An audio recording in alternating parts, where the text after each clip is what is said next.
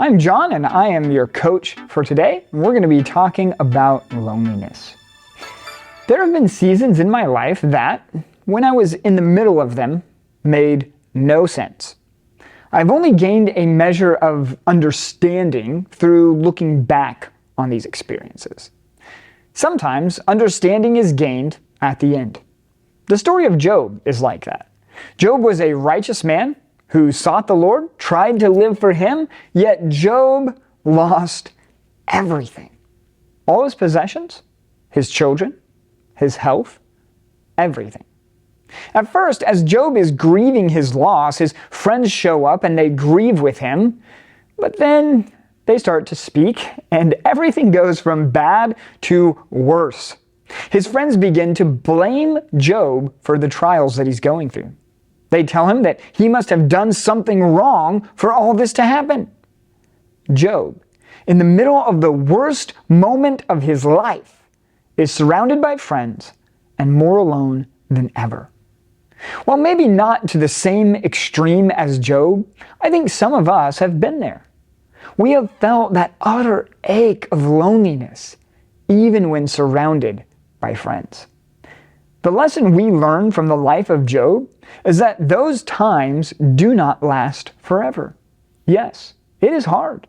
Yes, he felt alone, but in the end, looking back, he got to see God work in ways that few others have. My point is this: there is an end to the loneliness, and when we look back, we will see the faithfulness of God, even in the worst of times.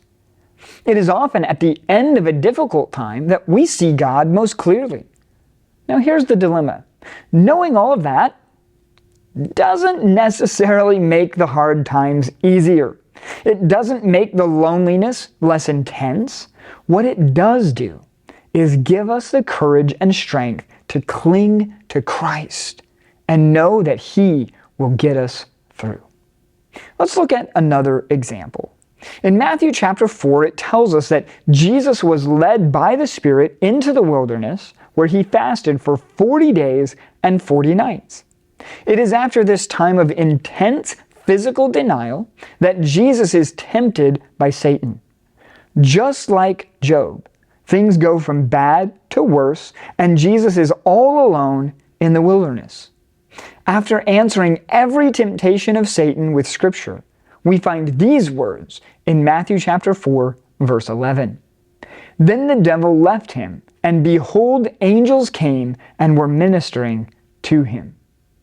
It is after the trial, after the temptation, after the loneliness that the angels come and minister to Jesus.